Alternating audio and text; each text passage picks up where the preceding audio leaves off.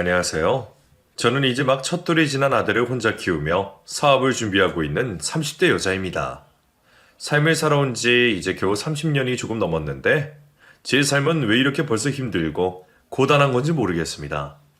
끔찍했던 지난 과거를 잊고 다시 잘 살아가 보려고 노력은 하고 있지만 이곳에 처음 고백한 건데 솔직히 자신이 없습니다. 이 채널에 올라오는 다른 분들의 사연을 들으면서 저만 힘들게 살아가는 게 아니라는 걸 느끼며 참 많은 위로를 받았습니다. 그래서 저도 현재 삶의 고단함을 느끼고 세상에 버림을 받은 것 같아 크나큰 외로움을 느끼고 계시는 분들에게 위로가 되고자 하는 마음으로 사연을 보내려고 합니다. 제 이야기를 들으시고 세상에 이런 사연도 있구나, 이런 사람도 어떻게든 살아가려고 하는구나 알아주시고 제게서도 위로를 받으셨으면 합니다. 이야기 처음부터 사는 게 힘들다고 징징대기는 했지만 사실 저는 아주 부유한 집의 막내딸로 태어났습니다. 어린 시절 제 삶을 돌이켜보면 공주의 삶이라고 해도 무방할 정도로 많은 사랑과 대우를 받으며 살아왔습니다. 그런 완벽한 저의 삶에 금이 가기 시작했던 건 바로 중학교를 입학하고부터였습니다. 서울대를 졸업하신 부모님들은 본인들의 자식들도 당연히 본인들의 뒤를 이어 서울대로 진학을 해야 된다고 생각을 하셨습니다. 민희 너 이번에도 성적이 엉망이더라. 서울대 가려면 못해도 전교 10등 안에는 들어가야 되는데 왜 15등밖에 못했는지 엄마랑 아빠한테 그 이유를 설명해 줄 수 있겠니? 엄마는 도저히 납득이 안 돼서 그래. 어릴 땐 부모님들이 무섭기도 했고 저도 제가 당연히 서울대에 가야 되는 거라고 생각을 해서 부모님 앞에서는 찍소리도 못했었습니다. 늘 부모님의 말씀에 복종하던 제가 폭발하게 된 건 고등학교 2학년 때였습니다. 너희 언니는 고작 과외 2개 하고도 전교 1등하고 서울대에 갔어. 근데 민희 너는 과외도 5개나 듣고 있는데 왜 성적이 항상 그 모양이니? 제발 언니 반만큼이라도 해줄 수 없겠니? 엄마 부탁이다 정말. 엄마 제발 그만해. 나 지금 언니보다 더 열심히 하고 더 많이 공부하고 있다고. 그런데도 언니보다 안 되는 건 내가 타고나기를 언니보다 머리가 더 나쁘게 타고난 거겠지. 그리고 나 정도 성적이면 충분한 거 아니야? 도대체 나한테 얼마를 더 바라는 거야? 몰랐어 묻니? 너도 엄마 아빠랑 언니처럼 서울대에 갈 수 있도록 해야 될 거 아니야. 너는 지금 네 성적에 만족하면서 안주하지 말고 안 되면 될 때까지 미친 듯이 하란 말이야. 네 나이 땐 하루 2시간만 자도 되니까 잠을 덜 자더라도 공부를 좀 더 하라고. 저희 부모님은 곧 죽어도 저에게 서울대를 요구하셨습니다. 그것도 이미 서울대로 진학한 저보다 2살 많은 언니와 비교를 해가면서 말이죠. 그래서 고2 때부터는 저에게도 반항심이 조금씩 생기기 시작했습니다. 그래서 부모님들이 언니와 저를 비교해가며 저를 압박할 때마다 부모님께 말했습니다. 나는 이미 내 나름대로 최선을 다해서 노력을 하고 있고 그래도 서울대에 못 가면 내 능력이 그 정도인 것밖에 안 된다는 거니까 엄마랑 아빠는 나한테 더 이상 서울대 이야기 꺼내지 마. 저는 제가 서울대에 가지 못할 걸 알고 있었기 때문에 부모님께서 나중에 크게 실망하시지 않게 고2 때부터 미리 밑밥을 깔아두었습니다. 그리고 저는 정말로 제 예상대로 서울대에 가지 못했습니다. 부모님께 말은 그렇게 하면서도 제 나름대로 서울대에 가려고 노력을 했지만 안 되는 건 안 되는 거더라고요. 그래도 서울대는 아니지만 스카이라고 불리는 대학으로 진학에 성공을 했었습니다. 부모님들이 서울대에 진학하지 못한 저에게 실망을 하셔도 그 정도면 만족을 하실 줄 알았는데 아니었습니다. 민희야, 너 그냥 하루라도 빨리 자퇴하고 재수 준비해라. 그 학교에 더 있어봤자 시간 낭비에 돈 낭비야. 엄마 말 들어. 나는 이 학교에 충분히 만족하고 있어. 엄마는 왜 자꾸 자퇴하라고 하는 거야? 나는 재수하면서까지 서울대에 가고 싶은 마음 없으니까 나한테 자퇴 강요하지 마. 너 엄마 말 들어서 손해본 적 있니? 그리고 이 집에서 너만 서울대가 아니라는 게 말이 돼? 너는 남들 보기 부끄럽지도 않아? 솔직히 엄마는 너 때문에 창피해서 너희 할아버지 집에도 못 가게 했어. 남들은 그렇다 쳐도 할아버지랑 할머니랑 친척들 얼굴을 어떻게 보라는 거니? 제가 서울대가 아닌 다른 학교에 진학한 사실이 부모님들께는 얼굴도 들지 못할 정도로 창피한 일이 되고 말았습니다. 중학교 때부터 고등학교까지 6년 동안 고생하며 얻은 저의 결실이 부모님께는 창피한 일이 된다고 생각을 하니 정말 괴로웠습니다. 그 스트레스를 견디지 못한 저는 결국 대학교를 입학하고 한 학기만 다닌 후 바로 자퇴를 하게 됐습니다. 니니야, 서울대 가려고 재수하는 애들이 한둘인 줄 아니? 서울대만 가면 네가 갔던 학교보다 더 즐거운 캠퍼스 생활할 수 있을 거니까 1년만 더 고생해보자. 알겠지? 부모님의 뜻대로 해주기 싫었지만 스트레스가 극에 달하니 저도 모르게 스트레스를 덜 받는 쪽으로 선택을 하게 되더라고요. 그래서 부모님의 뜻대로 자퇴를 하고 서울대로 재수 준비를 하게 된 것이었습니다. 재수를 준비하면서도 부모님의 잔소리는 끊이지 않았습니다. 학원 선생님이 지금 네 성적으로는 서울대 근처에도 못 간다고 하던데 너 지금 도대체 뭐 하고 있는 거니? 공부하는 애가 공부 안 하고 몰래 다른 짓이라도 하고 있는 거야? 너 정말 엄마 미치는 걸 보고 싶어서 그래? 나 지금 엄마가 하라는 대로 하고 있잖아. 눈 뜨자마자 공부 시작하고 밥 먹는 시간 빼고 하루 종일 공부만 하는데 여기서 나보고 너 어떡하라고. 내가 엄마 괴롭히고 싶어서 그런 성적 받는 줄 알아? 해도 안 되는 걸 어떡해. 세상에 안 되는 게 어디 있니? 안 해서 안 되는 거지 못해서 안 되는 건 세상에 없어. 네 언니도 엄마도 아빠도 결국 서울대에 갔다고. 근데 왜 네가 못해? 왜 너만 못하냐고.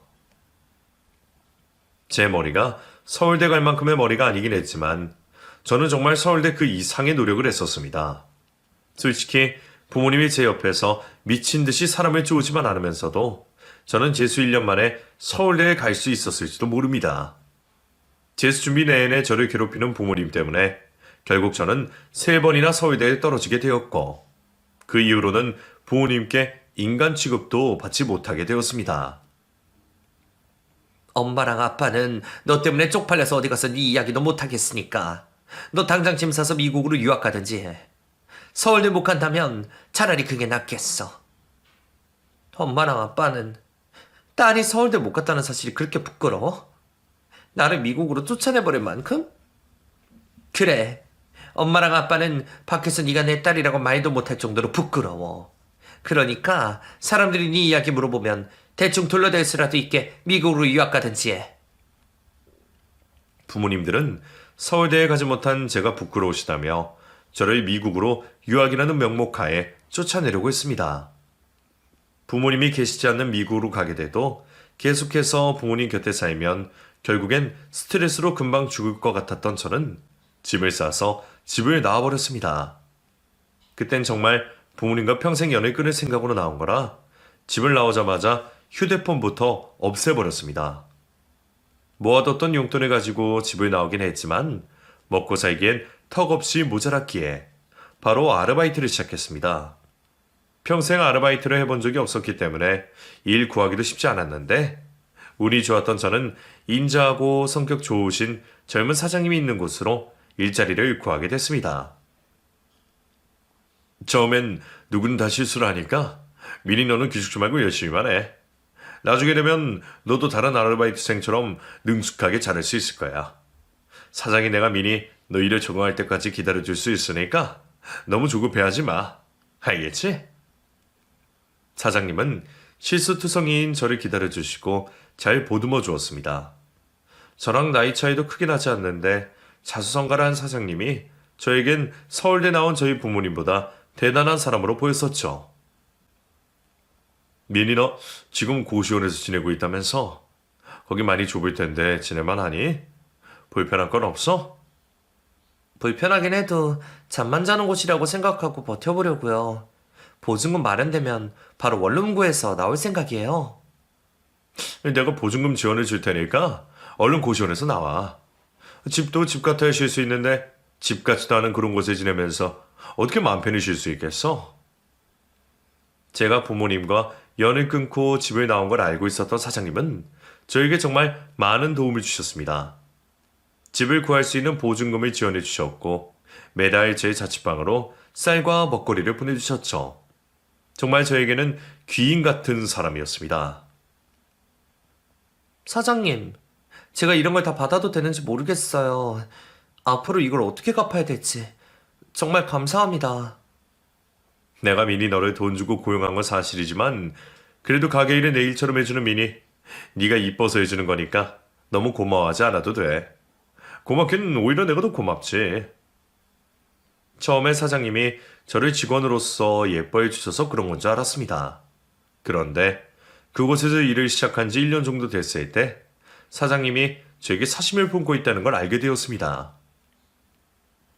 미니야, 이번 주 휴무날 뭐하니? 특별한 약속 없으면 나랑 맛있는 거 먹으러 갈래? 내가 너 데리고 가고 싶은 곳이 있거든. 그날 약속이 없긴 한데 저랑 단 둘이 가신다는 거예요? 왜요? 그건 그날 이야기해 줄 테니까 일단 다른 애들한테는 말하지 말아줘. 알겠지? 그럼 그날 보는 걸로 알고 있을게. 사장님과 사적으로 단둘이 처음 만나게 된 날, 사장님은 저에게 고백을 해왔습니다. 오랫동안 너를 마음에 품고 있었어. 힘든 여건 속에서도 미소를 잃지 않고 열심히 사는 네 모습이 너무 보기 좋았거든. 부담스러울 거 알지만 이런 내 마음을 너도 알아줬으면 좋겠어서 고백한다. 사장님의 고백이 처음엔 부담스럽긴 했지만 사실 저도 남모르게 사장님을 존경하여 마음에 품고 있었기 때문에 저는 사장님의 고백을 바로 받아줄 수 있었습니다.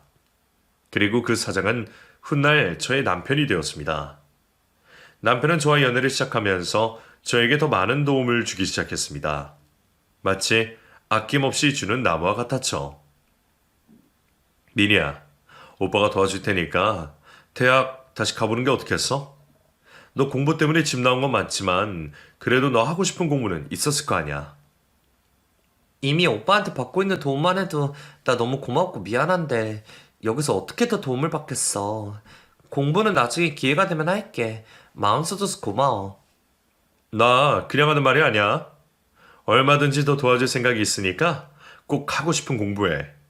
내가 너무 아쉬워서 그러는 거야. 남편의 도움과 응원 덕분에 저는 집을 나온 지 1년 만에 다시 학교로 돌아갈 수 있었습니다. 이전에 몇 년 동안 해온 공부가 있어서 그런지 다시 대학에 들어가는 건 어렵지 않았습니다. 거기다 부모님과는 다르게 무조건적으로 저를 밀어주는 남편이 곁에 있으니 공부가 술술 잘 되더군요. 다시 대학에 재입학한 후 남편은 정말 약속대로 부모처럼 저에게 금전적인 지원을 해주었습니다. 미니야, 이번 달 월세는 내가 대신 냈으니까 월세 걱정하지 말고 시험 준비 열심히 해. 오빠, 지난 학기 등록금도 오빠가 내줬는데 월세까지 내주면 나 오빠한테 미안해서 어떡하라고 그래. 월세 정도는 내가 낼 수 있어. 앞으로는 그러지 마. 월세 내려면 너 공부 못하고 또 아르바이트 해야 되잖아. 그 모습에 내가 못 보겠어서 내 마음 편하려고 내가 대신 내준 거야. 고마우면 공부 열심히 해서 좋은 성적 받아줘. 나는 그거면 돼. 남편은 정말 그 어떤 대가도 바라지 않고 저에게 무한한 사랑을 주었고 금전적인 지원을 해주었습니다. 대신 저에게 늘 하던 말이 있었습니다. 미니, 너 대학 졸업하면 무조건 나랑 결혼해야 돼. 마음 같아서는 당장이라도 너랑 결혼하고 싶은데 지금은 네가 학생이니까 내가 참고 기다리는 거야.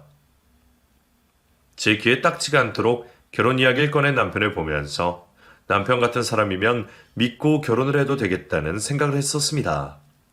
사실 집을 나오기 전 부모님 밑에서 살았을 때까지만 해도 저는 결혼을 한다면 무조건 전문진 직업을 가진 사람이거나 부유한 집안의 아들과 결혼을 해야겠다고 생각을 했습니다.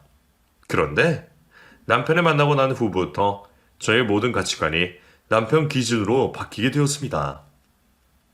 저는 정말 남편이라는 사람 자체를 존경했었습니다. 그리고 남편 덕분에 무사히 대학을 졸업하고 난 후였습니다. 미리야, 대학 졸업도 했으니 우리 얼른 결혼 날짜 잡자. 오빠가 다 준비해뒀으니까 미니 너는 진짜 몸만 오면 돼.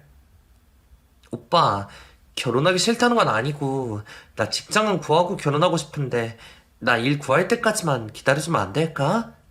나도 염치가 있지. 어떻게 결혼도 아무것도 없이 빈손으로 결혼해.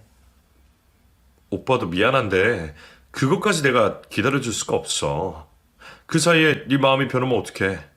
나는 이미 충분히 너 많이 기다려준 것 같아. 제가 대학에 졸업을 하자마자 남편은 저에게 프로포즈를 했습니다. 저는 이미 남편에게 받은 게 차고 넘쳤기 때문에 결혼만큼은 제가 어느 정도 자리를 잡고 난 후 결혼을 하고 싶었습니다. 하지만 남편은 그런 저의 말에 초조해하는 모습을 보이며 더 이상 기다려줄 수 없다고 강경하게 말했습니다. 우리 결혼은 이미 정해져 있는 것이나 마찬가지였는데 그런 반응을 보이는 남편이 이해되지 않았습니다. 내 마음이 바뀔 게 뭐가 있어. 오빠에 대한 내 마음은 견고해. 언제 결혼하든 나는 평생 오빠 곁에서 그동안 오빠에게 받은 사랑을 보답하며 살 생각이야. 지금은 그렇게 말해도 사람 마음은 어떻게 될지 모르는 거잖아. 회사 다니다 보면 네 눈에 들어오는 다른 사람도 생길 수 있는 거고 네가 날 배신할지 어떻게 알아. 처음엔 남편이 제가 떠날까봐 불안해서 그러는 거라고 생각을 했습니다. 저를 의심해서 그러는 거라고는 생각도 하지 못했죠. 그런 것도 모르고 불안해하는 남편을 보면서 안쓰럽기도 하고 미안한 마음이 컸던 저는 남편의 뜻대로 하기로 했습니다. 오빠, 그럼 우리 결혼식은 더 생각해보는 걸로 하고 일단 혼인신고만 하자. 그리고 내가 지금 집 정리하고 오빠 집으로 들어갈게. 그렇게 하면 되지? 고마워 미니야. 결혼식은 네가 하고 싶을 때 하자. 네가 지금 가족들이랑 연락을 끊고 지내고 있으니 결혼식 올리는 게 쉽지 않다는 걸 오빠가 미처 생각 못했네. 네가 하고 싶다고 하면 오빠가 세상에서 제일 근사한 결혼식 올리게 해줄 테니까 준비될 때 말만 해. 알겠지? 결혼식 없이 혼인신고만 하고 난 후 제가 남편 집으로 들어가 본격적인 신혼생활을 시작할 때였습니다. 직장을 구하고 남편과 결혼을 하려고 했던 저의 계획과는 다르긴 했지만 결혼 후에도 직장을 구하려는 저의 마음은 변함이 없었습니다. 그래서 일자리를 알아보고 있는데 남편이 그런 저를 말려 세웠습니다. 미리야, 내가 벌어다 주는 돈 받고 편하게 살면 되지. 왜 굳이 일을 구하려고 해? 직장 생활이 쉬운 것도 아니고 회사 들어가면 무조건 스트레스 받게 됐는데 왜 자꾸 일을 하려고 하는 거야? 오빠가 벌어다 주는 돈 받고 생활하면 몸이야 편하겠지.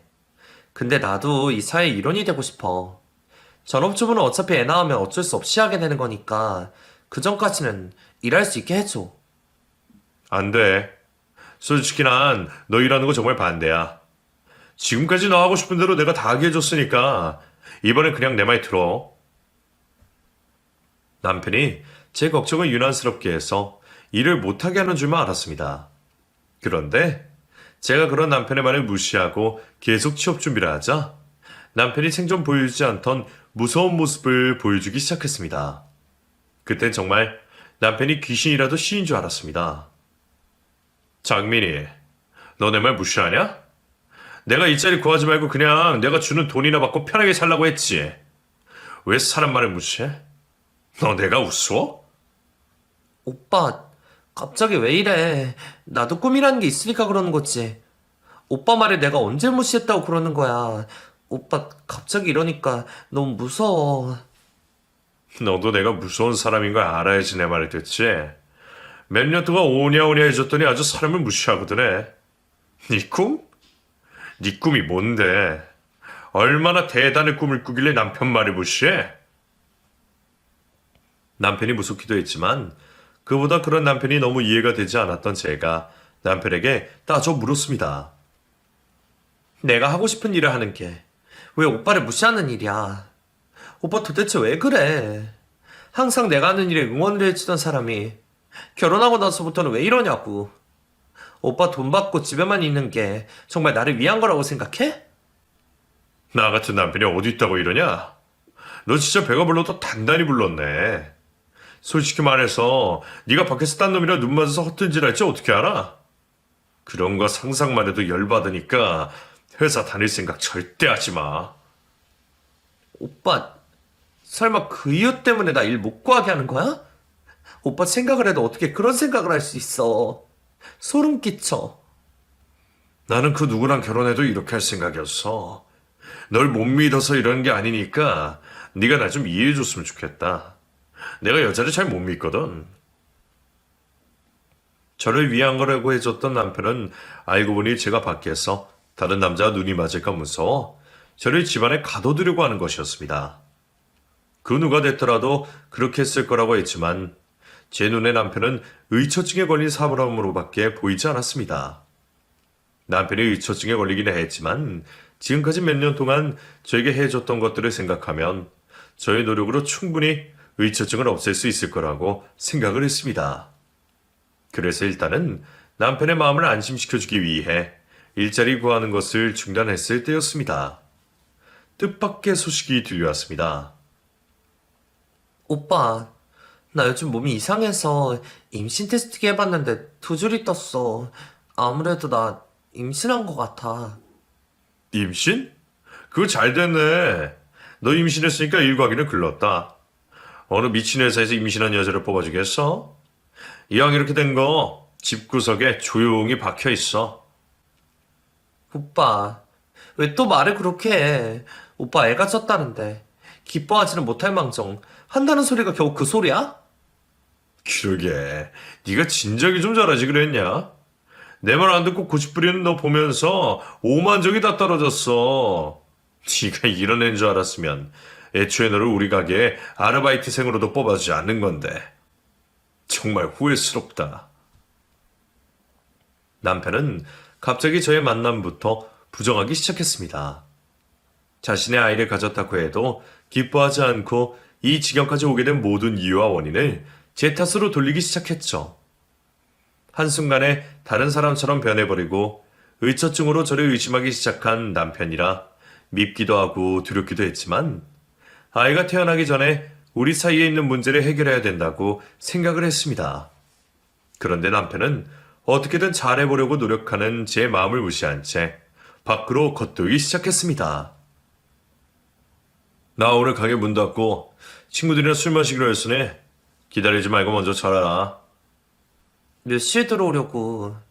가게 문도 2시에 닫는데 가게 끝나고 술 마시는 거면 외박한다는 말 아니야? 외박이면 외박이겠지. 너 생각하고 싶은 대로 생각하고. 안 들어온다고 귀찮게 연락하지 마라. 미리 경고했다. 아니 오빠, 요즘 왜 이렇게 외박을 자주 해? 나도 나지만 오빠 몸도 생각해야지. 오빠 술도 안 좋아하면서 왜 갑자기 허구한 날 술이야? 내가 술을 안 좋아하긴 뭘 안 좋아해. 너 때문에 참고 참은 거지. 네가 나에서 아는 게 도대체 뭐가 있냐? 너랑 대하면 속 터질 것 같으니까 그만 이야기해. 남편은 매일같이 술을 마시며 외박을 했습니다. 임신으로 인해 배가 점점 불러오고 몸이 불편해지는데 곁에 아무도 없으니 너무 힘들더라고요. 오빠, 나 임신도 했는데 웬만하면 밤엔 네 옆에 있어주면 안 돼? 뱃속에 있는 아이를 생각해서라도 이제 그만 화 풀어줘. 내가 미안해. 나한테 이래라 저래라 하지 말라고 했지. 그리고 내가 너보고 임신하라고 시켰냐? 네가 조심 못해서 생긴 거 가지고 왜 나보고 난리야? 나한테 애 가지고 들먹이지 마. 오빠, 정말 말이면 단 줄 알아?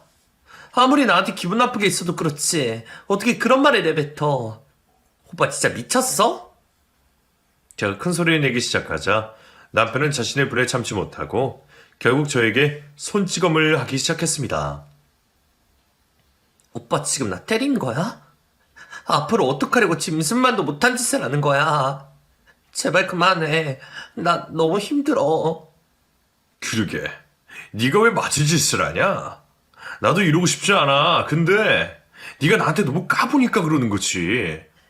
선 넘지 마.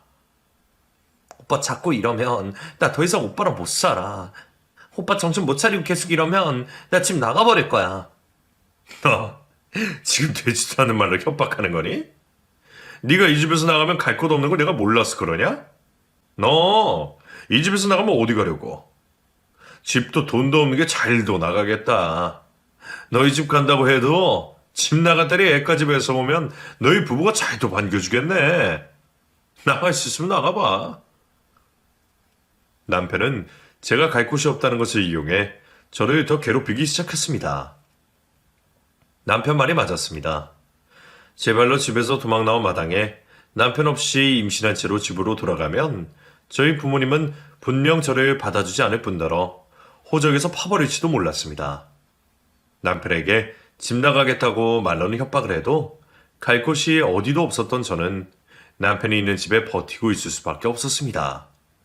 허구한 날 외박을 하고 심심하면 제 몸에 손을 대던 남편이었지만 저는 어떻게든 그런 남편을 고쳐 쓰고 싶었습니다. 그래서 최대한 남편의 신경을 거스르지 않으며 남편에게 복종하듯이 지냈습니다. 오빠, 나 다음 주에 검사할 게 있어서 병원 가야 되는데 같이 가줄 수 있어? 버스 타려고 하려니까 이제 좀 힘들더라고. 오빠가 좀 데려다 줘. 오빠 아직 나랑 병원 한번 가본 적 없잖아.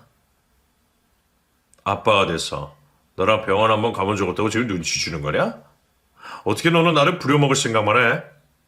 택시비 줄 테니까 이걸로 너 혼자 다녀와.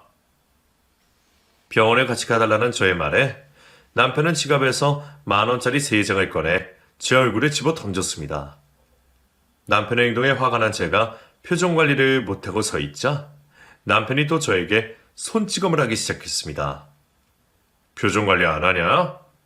돈을 주면 감사합니다 하고 받아야지 어디 그런 똥 씹은 표정으로 서 있을 수 있어? 나 없으면 아무것도 못하는 년이 왜 이렇게 자존심을 부려? 이건 자존심이 아니야. 오빠 도대체 나한테 왜 이렇게까지 하는 건데? 왜 이제 나를 사람 취급도 안 해주는 거냐고. 네가 은혜도 모르고 나를 배신하려고 했던 거 잊었냐? 그리고 나는 네가 내 말 잘 듣는 순종적인 애인 줄 알고 결혼한 거였는데 결혼하고 보니 꼭 그렇지만도 않더라고. 애만 없었으면 바로 이혼하는 건데 너 네 애 때문에 나한테 붙어 살 수 있는 건 줄 알아라. 남편이 왜 그렇게 외박을 해야 되나 했는데 저 모르게 외도까지 하고 있는 듯 했습니다. 하지만 집에만 있는 제가 그 증거를 잡을 수 없기도 했고 일단 제 몸과 뱃속에 있는 제 아이를 지키는 것부터가 힘들어 그 외의 일에는 신경을 쓸 수가 없었습니다. 남편에게 매일같이 얻어 터지면서 깨달은 것은 남편에게 그 어떤 말도 하지 않고 투명인간처럼 지내는 것이 답이라는 결론을 내렸습니다. 그래서 한동안 남편이 먼저 저에게 말을 걸어오기 전까지는 필요한 말 외에는 그 어떤 말을 하지 않았습니다. 그렇게 만삭이 되었을 때였어요. 제가 마지막으로 남편에게 아이를 출산하기 전까지만 곁에 있어 달라고 부탁을 했습니다. 오빠, 나 예정일 일주일 남은 거 알지? 언제 갑자기 진통 올지 몰라서 그러는데 아기 나오기 전까지만 옆에 있어주면 안 될까? 진통 올 땐 병원에 혼자 가기가 힘들어서 그래. 나 오빠 말고 이런 부탁할 사람 없어서 그러는 거니까 부탁 좀 들어줘. 어렵게 꺼낸 저의 말에 남편은 저를 하찮다는 듯이 내려다보았습니다. 콜택시 불러서 가든지 해. 사람 귀찮게 하지 말고. 어쩌다 너애 낳는 날 내가 집에 일찍 들어오게 되면 데려다 줄게. 그럼 됐지? 오빠, 내 뱃속에 있는 애가 남의 애도 아니고 오빠인데 어떻게 그렇게 끝까지 매정하게 굴 수가 있어? 나는 미워해도 뱃속에 있는 오빠 애까지 미워하지 마. 내 새끼인지 아닌지 아직 확인도 안 된 마당에 어떻게 내가 뱃속에 있는 애한테 아빠 노릇을 하냐? 애 나오면 친정엄서 확인부터 하고 아빠 노릇 할 거니까 그렇게 알아라. 심적으로 너무 힘들었던 제가 참았던 눈물을 흘리자 남편은 우는 소리가 듣기 싫다며 저의 울음을 다그쳤습니다. 그래도 제가 참지 못하고 큰 소리를 내며 울기 시작하자 남편은 결국 또 저에게 주먹질을 휘둘렀습니다. 결국 출산을 며칠 앞두지 않은 상태에서 저는 얼굴에 큰 멍을 얻게 되었습니다. 출산 예정일까지 일주일 정도 시간이 남았으니 제발 병원 가기 전까지만 이 멍이 빠지길 기도했습니다. 그런데 남편이 또 외박을 하던 그날 밤 예정보다 일찍 산통이 오고야 말았습니다. 남편이 저랑 싸우고 나가기는 했지만 그래도 인간이라면 제가 부를 때 바로 달려와 줄 거라고 생각을 했습니다. 그런데 남편에게 아무리 전화를 걸어도 일부러 받지 않은 건지 남편은 제 전화를 받지 않더군요. 그래서 남편에게 문자를 남겼습니다. 오빠, 나 진통 오기 시작했어. 병원 가봐야 될 것 같아. 제발 전화 좀 받아줘. 부탁이야. 제 문자를 본 건지 만 건지 남편에게서 그 어떤 연락도 받을 수가 없었습니다. 이러다 집에서 애를 낳겠다 싶었던 저는 미리 준비해 두었던 출산 가방을 챙기고 혼자서라도 병원으로 가려고 했습니다. 그런데 짧은 시간에 계속 반복되는 심한 진통으로 인해 한 발자국도 움직일 수가 없었습니다. 잘못하다가는 정신을 잃을 것 같다는 생각이 들었던 저는 결국 친언니에게 전화를 걸 수밖에 없었습니다. 언니, 나 민이야. 갑자기 전화해서 미안한데, 나 지금 죽을 것 같아서 연락했어. 나 좀 살려줘, 언니. 몇 년 만에 걸어온 저의 전화를 받은 언니는 한달음에 제가 있는 곳으로 달려와 주었습니다. 저의 언니는 만삭으로 불러져 있는 저의 배를 보고 놀란 듯 했지만 아무것도 묻지 않고 저를 병원으로 데리고 가주었습니다. 병원으로 가서도 저는 한참 동안이나 진통에 시달려야 했습니다. 무통 주사도 맞지 못하고 바로 아이를 낳으러 들어가야 되겠다는 의사 선생님의 말씀을 듣고 대기를 하고 있는데 부모님이 병실로 들어오셨습니다. 민이야, 이게 다 무슨 일이니? 네 언니 전화 받고 엄마가 얼마나 놀랐는지 몰라. 그동안 어디서 어떻게 지낸 거니? 엄마가 얼마나 걱정한지 알아? 근데 너 얼굴은 또 왜 이래? 누구한테 맞았어? 이 녀석, 부모 속 쏘이고 나갔으면 잘 살기라도 해야지 이게 무슨 꼴이냐? 애 아빠는 도대체 어디 갔길래 보이지 않아? 설마 이 얼굴도 애 아빠가 이렇게 만든 거냐? 저희 부모님은 저를 보자마자 저를 붙잡고 눈물을 흘리셨습니다. 그런 부모님께 어떤 말을 하기도 전에 분만실로 들어가야 했던 저는 몇 년 만에 보게 된 부모님의 모습을 눈에 담아두고 눈물에 출산을 했습니다. 건강히 아이를 출산하고 나온 후에도 부모님은 저에게 남편의 행방을 물어보았습니다. 미리야, 뭐라고 안 할 테니까 엄마랑 아빠한테 도대체 어떻게 된 일인지 말해보렴. 애 아빠는 도대체 어디 있니?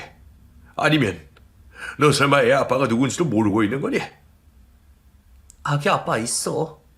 1년만 전에 혼인신고해서 같이 살고 있으니까 걱정하지 마. 곧 올 거야.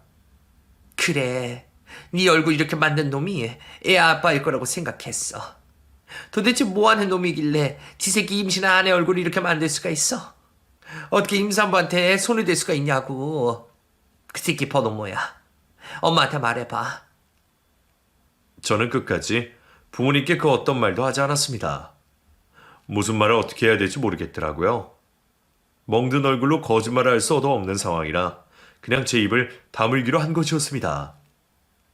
부모님은 제 남편이 나타날 때까지 자리를 비우시지 않겠다고 하셨습니다. 그렇게 아이를 출산하고 반나절이 지났을 때쯤 술 냄새를 풀풀 풍기는 남편이 병원으로 나타났습니다. 애를 낳았으면 낳았다고 말을 해야지. 왜 내가 직접 찾아오게 만들어? 그나저나 이 사람들은 누구야? 너 아는 사람들이야? 저희 아빠는 남편이 나타나자마자 사정없이 남편의 뺨을 날려버렸습니다.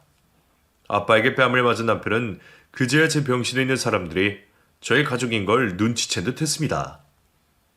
에이, 당신 미쳤어? 어디 감히 내 얼굴에 손을 대? 지금 경찰 불러? 경찰 부를까? 내가 당신 콩밥 먹여줘? 콩밥 먹일 수 있으면 먹여봐. 그 전에 내가 먼저 너 콩밥 먹여줄 테니까 그렇게 알아둬. 네가 우리 민이 이렇게 만든 새끼구나. 당신이 애 아버지 되는 인간인 것 같은데 그 잘난 얼굴 이제야 보게 됐네. 민이 당신 애들 딸 안 해지 오래됐으니까 금방 관심 끄고 꺼지세요. 서울대 못 갔다고 귀한 딸 쫓아버릴 땐 언제고. 이제 와서 부모질이야. 남편은 저희 부모님을 위협적으로 대하기 시작했습니다. 하지만 저희 부모님은 눈 하나 깜빡하지 않으셨죠. 그때 저희 엄마가 말했습니다.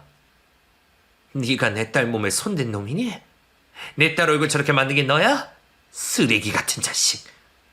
나보고 쓰레기라고? 당신이 뭔 상관이야. 내 와이프 몸을 손에 대든 뭐라든 부모 자격도 없는 사람들은 빠지시라고. 딸이 맞고 사는 게 그렇게 안타까웠으면 진작에 잘해주지 왜 이제 와서 지라이들이야? 꼴값을 떨어도 적당히 떨어야지. 진이야. 번호 줄 테니까 당장 경찰 불러라. 내 딸들이 가정폭력범 여기 있다고 어서 당장 신고해. 이 새끼 내가 깜빵에 쳐넣어서 평생 못 나오게 만들어 줄 거야. 엄마의 말에 남편은 코웃음을 치기 시작했습니다. 큰 잘못을 저질러 놓은 인간치고는 그 어떤 죄책감도 두려움도 느끼지 않는 듯 했습니다. 당신이 뭔데 나를 깜빵에 쳐넣어? 당신 딸 대학 보내주고 지금까지 먹여 살려준 게 누군지 알고 그래? 당신들 나 깜빵에 넣을 수 있으면 넣어봐. 법적으로는 내가 당신들 딸 남편이고 당신들 사위야. 너 내가 누군지 알고 그렇게 까부니? 미리가 너한테 지 부모 뭐하는 사람인지 말 안 하던? 네가 이걸 보고도 계속 그렇게 나올 수 있는지 한번 보자. 저희 엄마는 지갑을 주섬거리시더니 명함을 한 장 꺼내 남편에게 집어 던지셨습니다. 남편은 그 명함을 주워 들고 한참을 보더니 말을 더듬으며 말했어요. 변호사? 그래서 나보고 뭐 어쩌라고? 그깟 변호사 내가 무서워할 거라고 생각해? 나도 돈 주면 당신보다 더 대단한 변호사 선임할 수 있으니까 겁줄 생각하지 마. 다 늙어빠진 변호사가 힘이 어딨다고 그래? 나만 변호사인 줄 아니? 미리 아빠도 변호사야. 그리고 너 지금 나보고 다 늙어빠진 변호사라고 무시하는 것 같은데 검사 출신 변호사를 무시하는 인간은 내가 또 처음 본다. 저희 부모님은 검사 출신으로 현재 꽤나 유명한 로펌의 고문 변호사로 지내고 계셨습니다. 부모님들과 연을 끊고 집을 나온 것이었기 때문에 남편에게 굳이 저희 부모님이 어떤 사람인지에 대해 말하지 않았었습니다. 그래서 남편은 저희 부모님들이 어떤 분들인지 전혀 모르고 있었습니다. 그래서 당신 사위를 진짜 깜빵에 넣겠다는 거야? 딸 서울대 못 보내서 미쳐 날뛰던 인간들이 사위를 전과자로 만든다고? 웃기지 마. 당신들 절대로 나 깜빵에 못 넣어. 딸보다 자기 명예를 더 중요하게 여기는 추악한 인간들이면서. 아니, 내가 있는 인맥 없는 인맥 다 끌어들여서라도 네 인생 박살낼 거니까 그렇게 알아. 인생이 박살나는 게 어떤 건지 내가 보여줄게. 겉으로 아닌 척을 하지만 저희 부모님 두 분이 어떤 사람인지 알게 된 남편은 많이 당황한 듯 했습니다. 그때 병실 안으로 경찰들이 몰려 들어왔습니다. 경찰들이 병원으로 우르르 몰려오자 온 병원이 발칵 뒤집혔습니다.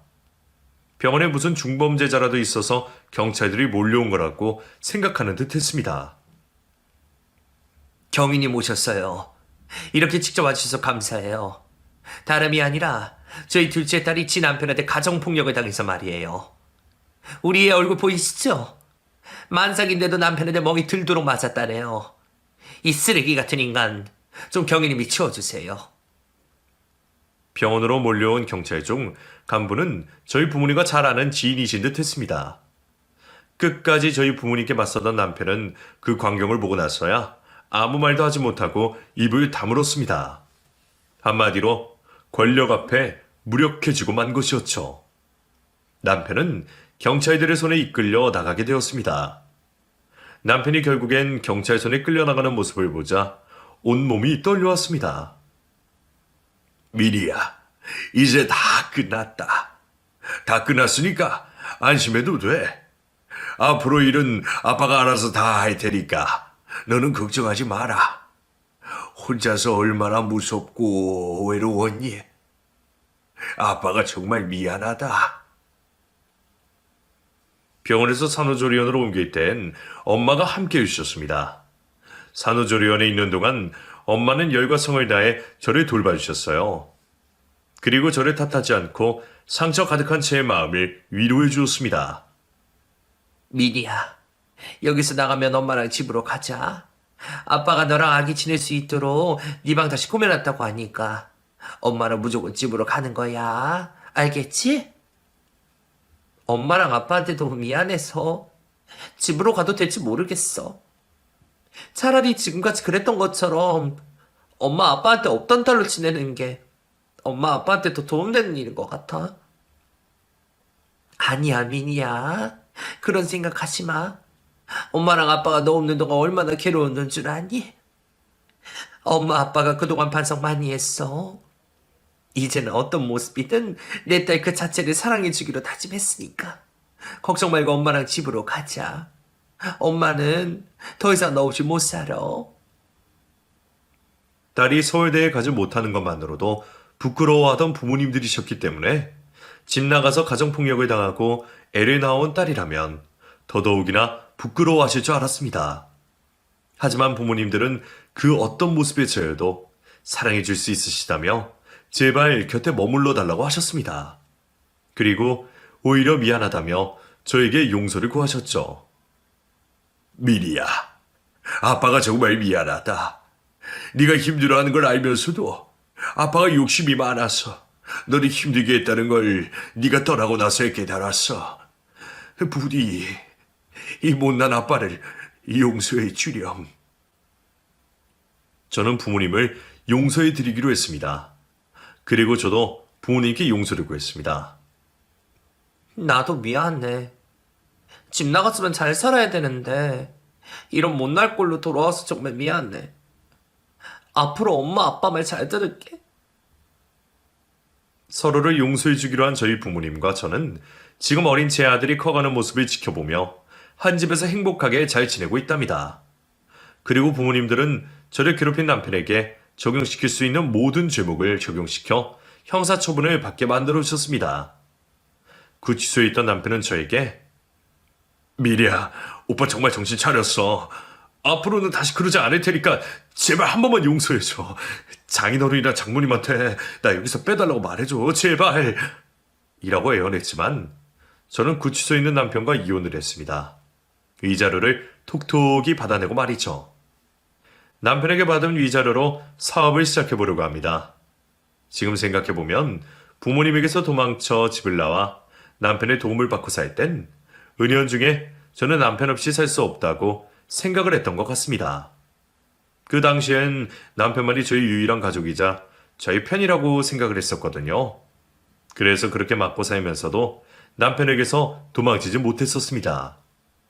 하지만 지금은 다시 가족들의 품에 돌아오기도 했고 남편과 있는 동안 깨달은 것도 많은 저는 자립심을 키우기 위해 사업을 시작하려고 준비 중에 있습니다. 실패를 하더라도 도전을 하고 싶습니다. 지금까지 제 삶엔 저를 위한 제대로 된 도전이라는 것은 거의 없었거든요. 지금은 비록 부모님의 집에서 부모님의 도움을 받으며 살고 있지만 꼭 사업을 성공시켜 아들과 함께 부모님에게서도 독립을 하고 싶습니다. 여자 혼자서 아들을 어떻게 키울 거냐며 저를 안타깝게 보는 사람도 많지만 꼭 지금 이 시기를 이겨내고 싶습니다. 물론 완전한 자신은 없지만요. 하지만 저는 아직 너무 젊고 제 뒤를 든든히 지켜주고 계시는 부모님들이 있으시니 잘할 수 있겠죠? 오늘 제 이야기를 들으신 인생 선배님들께서 많은 조언과 응원을 해주셨으면 합니다. 그리고 저처럼 힘든 시기를 겪고 있으신 분들에게 우리 잘 이겨내보자고 말씀드리고 싶어요. 겨울이 반드시 찾아오듯 봄도 결국엔 반드시 오기 마련이니까요. 우리 모두 파이팅 합시다.